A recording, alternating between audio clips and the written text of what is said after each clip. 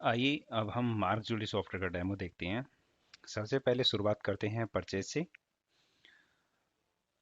सबसे पहले परचेज पे ट्रांजेक्शन करेंगे। जैसे किसी सप्लायर से हम चंदा अंजिया परमेश्वर कोई सप्लायर हैं, उनसे कोई ज्वेलरी परचेज करते हैं, उनका बिल नंबर डालते हैं।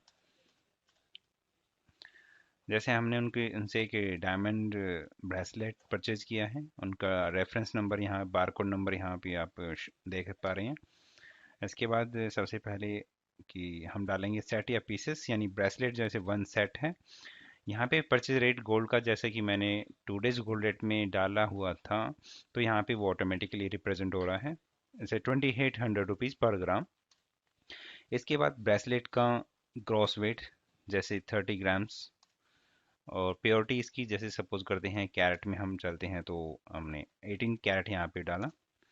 इसके बाद डायमंड कैरेट जैसे 1.2 कैरेट इसके अंदर डायमंड लगा हुआ है, और उसमें 300 पीसेस और 1.2 कैरेट इसका वेट है। परचेज रेट सपोज करते हैं कि 12,000 रुपीज़ पर कैरेट, और सेल रेट है जैसे 25,000 रुपीज़ पर कैरेट के हिसाब से।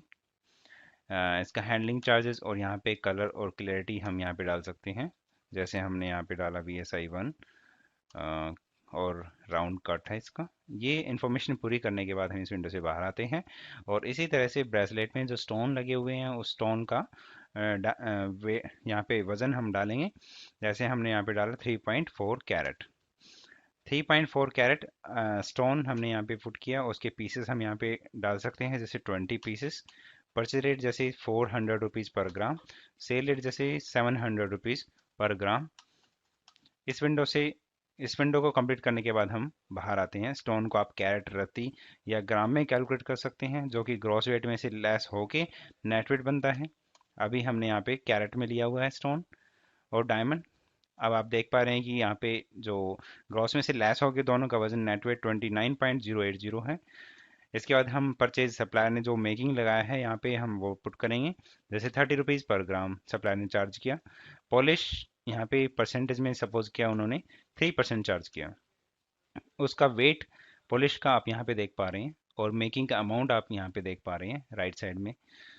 इसके बाद एक्स्ट्रा गुड्स जैसे सपोज करते हैं 2,000 रुपीज़ उन्होंने हॉल मार्किंग का चार्ज लगाया है। उसके बाद यहाँ पे डिस्काउंट जो सप्लायर ने दिया है। डिस्क्रिप्शन नरेशन में हम सप्लायर का नाम, कोई आइटम का कोड नंबर या कोई अदर रिमार्क यहाँ पे डाल सकते हैं। इसके बाद ट्रे नेम हम यहाँ पे पुट करेंगे। जिस ट्रे में वो आइटम रखा जाना है, वो उस ट्रे का नंबर या उसका कलर या लोकेशन हमने यहाँ पे इसको सेट किया ट्रे नेम में। इसके बाद सेल डिस्क्रिप्शन हमने यहाँ पे पुट किया कि हमने वो ब्रेसलेट सेल करते वक्त कस्टमर को किस रेट पर देना है। जैसे 50 रुपीज़ पर ग्राम हम यहाँ पे पहले से ही प्री डिसाइड कर देते हैं मेकिंग। उसके बाद हमने यहाँ पे प्योरिटी पुट किया, जैसे कि 75 18 कैरेट वो था, और यहाँ पे परसेंटेज में हमने उनसे जो चार्ज करना है, जैसे सपोज किया कि हमने यहाँ पे 7% चार्ज करना है। पॉलिश एक्स्ट्रा गुड्स का अमाउंट हम यहाँ पे फीड करते हैं जैसे 3,000 रुपीज़ पर। जो हॉलमार्किंग का चार्ज यहाँ पे लगाया था वो चार्ज हमने यहाँ पे लगा दिया। इसके बाद फोटो के ऑप्शन को यस करके हम यहाँ पे फोटोग्राफी कर सकते हैं। इस तरह से हम ब्रेसलेट की कोई एक पिक यहाँ पे सिलेक्ट कर लेते हैं।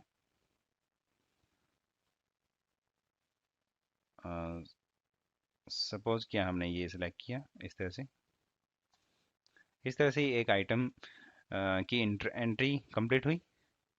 इसको हम सेव करके अपने स्टॉक में लेते हैं। यहाँ पे आप लेबल और बारकोड जनरेट कर सकते हैं उसी टाइम। जैसे हमने यहाँ पे लेबल पे करते हैं, किस फॉर्मेट में हमने आपको प्रिंट करना है वो हमने यहाँ पे किया और सिलेक्ट किया, फॉर्मेट सिलेक्ट किया। इसके बाद हमने कितने प्रिंट देने हैं, और यहाँ पे हम कंट्रोल लूप से कमांड दे सकते हैं। इसका एक प्रीव्यू हम देखते हैं लेबल का। इस तरह से ये हमारे स्टॉक में इन हो गई। अगर हम देखना चाहते हैं स्टॉक स्टेटस के अंदर जाएंगे। हमने डायमंड ब्रेसलेट यहाँ पे सिलेक्ट किया, उसका टोटल पीस वजन यहाँ पे आप देख पा रहे हैं। एंटर करके ये रेफरेंस डिटेल में हम देखेंगे तो ये हाँ वो बारकोड नंबर था DI 000003। ये इसकी इंफॉर्मेशन है कंप्लीट। सप्लायर का नाम, जो कि अभी हमने परचेज किया है। अब हम उस आइटम का सेल देखेंगे कि सेल किस तरह से की जा सकती है। हम सेल पे क्लिक करेंगे, करंट डेट यहाँ पे पुट करेंगे, उसके बाद कस्टमर नेम सेलेक्ट करेंगे, टाइप में सेलेक्ट करेंगे 1% या रिटेल इनवॉइस। उसके बाद हम यहाँ पे उसका बारकोड नंबर स्कैन करेंगे मशीन से, बारकोड स्कैनर से, जैसे कि DI 00003। इस तरह से ये आइटम यहाँ पे ऑटोमेटिकली स्टॉक से उठ के आपके सेल इनवॉइस में प्रेजेंट हो जाएगी। यहाँ पे जैसे कि आप देख पा रहे हैं, राइट एरो से मैंने इसको ओपन किया है।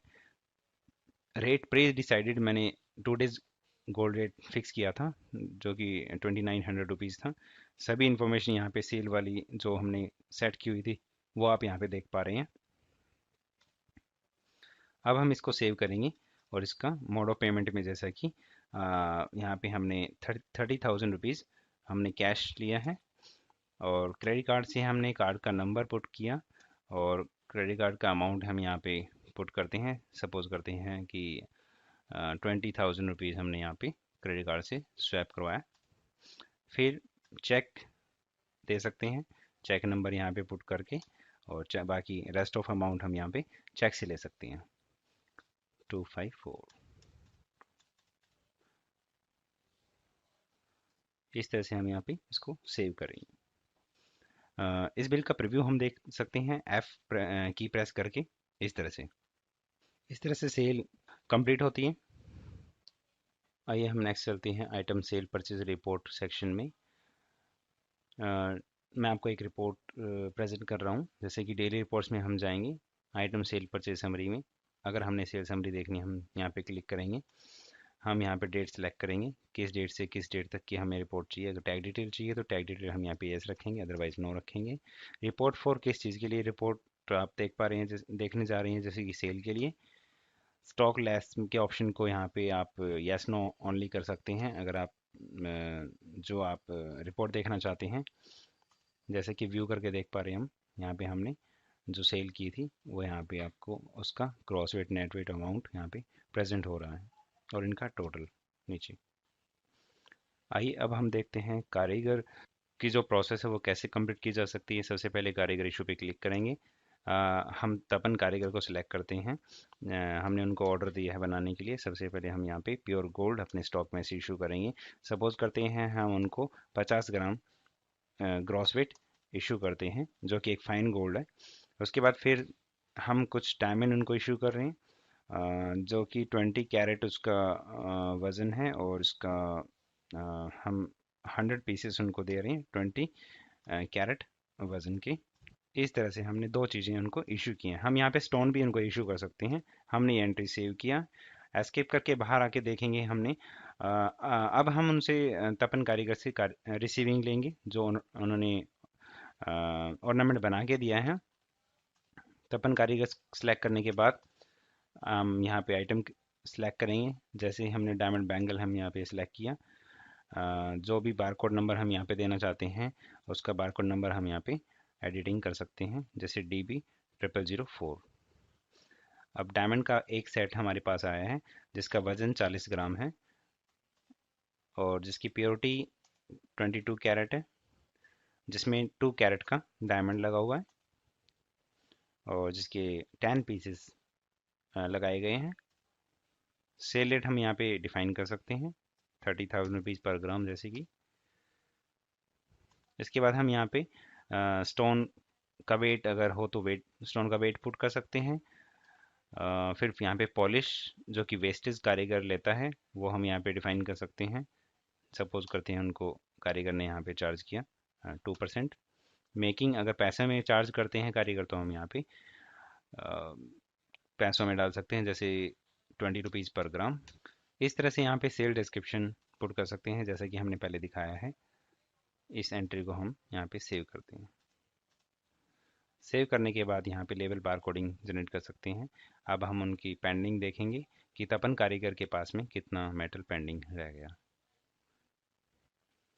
आइए नेक्स्ट चलते हैं किट्टी और गिरवी पार्ट पे। सबसे पहले किट्टी पार्ट से हम किट्टी ऑन कर सकते हैं। सबसे पहले किट्टी ग्रुप बनाया गया है। किट्टी ग्रुप में आप जिस कमेटी या चिट फंड ओपन किया है, जिस नाम से आपको आपने, वो ग्रुप नेम हम यहाँ पे डालेंगे। उसके बाद अमाउंट, यानी जितने महीने के लिए कोई कस्टमर पे कर रहा है और जितना अमाउंट वो पे कर रहा है, उन दोनों को मल्टीप्लिकेशन आप यहाँ पे डालेंगे। जैसे कोई कस्टमर 1000 रुपये 12 महीने के लिए पे करता है, तो यहाँ पे 12,000 रुपये उसका किट्टी अमाउंट डाला जाएगा। उसके बाद स्टार्ट डेट, किस डेट से वो किट्टी स्टार्ट कर रहा है, और टोटल नंबर ऑफ मंथ्स यानी 12 मंथ्स। एंड डेट यहाँ पे हम डालेंगे, जैसे कितनी कब एंड हो जाएगी, वो ऑटोमेटिकली ये सिस्टम उसको एंड डेट बताता है। ईएमआई जैसे कि 1000 रुपये। पेमेंट डेट, किस डेट को वो पेमेंट कर रहा है, या किस वीक के कौन से डे को वो पेमेंट करेगा, तो ये सब डिटेल्स हम यहाँ पे डालेंगे। इसके बाद लेज़र मास्टर हमने ऑप्शन दिया है। आप यहाँ पे लेज़र का नाम, उन किस किट ग्रुप में किस किट्टी ग्रुप में है वो, या उनका एड्रेस क्या है, डेट ऑफ बर्थ क्या, एनिवर्सरी क्या है, और उनका फोटोग्राफ है, आप यहाँ पे या कोई डॉक्यूमेंट्स उनका अटैच कर सकते हैं। आप यहाँ पे उनका लेज़र प्रिंट कर सकते हैं, उनका कार्ड प्रिंट कर सकते हैं। इस तरह से यहाँ एंट्री को सेव करेंगे। फिर किट्टी ईएमआई एंट्री में आप उनसे ट्रांजेक्शन्स में जो ईएमआई वो पे कर रहे हैं, वो आप यहाँ पे उनको ले सकते हैं। कि सबसे पहले किट्टी ग्रुप को सिलेक्ट करते हैं, उसके बाद किस लेज़र को आप सेलेक्ट करना चाहते हैं वो यहाँ पे सिलेक्ट करेंगे। उसके बाद ऑटोमेटिकली ये अमाउंट, उसका ईएमआई अमाउंट यहाँ पे रिप्रेजेंट करता है, और इस एंट्री को आप सेव करके उसका प्रिंट आउट निकाल के आप उनको दे सकते हैं। इसके बाद किट्टी ग्रुप लिस्ट, यानी वो ज्वेलर्स कौन कौन सी किट्टी उनके पास से उन्होंने ओपन किया है, और कितने अमाउंट की कब स्टार्ट होगी, कब एंड होगी, वो सब डिटेल्स आप यहाँ पे देख सकते हैं। मेंबर लेजर, यहाँ पे आप मेंबर वाइज रिपोर्ट देख सकते हैं कि किस किट्टी के कौन से मेंबर्स की कितनी कितनी किस्तें आई हैं और कितनी उनकी पेंडिंग है। किट्टी कंसोलिडेटेड रिपोर्ट है, आप यहाँ पे किट्टी वाइज रिपोर्ट देख सकते हैं। कि सपोज करो महालक्ष्मी किट्टी की आपने देखना है कि महालक्ष्मी किट्टी के कौन कौन से लेजर्स हैं, और किसने कितने अमाउंट, कितनी इंस्टॉलमेंट पे की हैं और कितनी पेंडिंग है उनकी। यहाँ पे किट्टी ब्लैंक रिसीट आप प्रिंट कर सकते हैं। पेड रिपोर्ट आप यहाँ पे देख सकते हैं, किसने पे किया है, किसने पे नहीं किया है। ड्रॉ रिपोर्ट आप यहाँ पे देख सकते हैं। एसएमएस फैसिलिटी हमने यहाँ पे दी है, आप एसएमएस कर सकते हैं।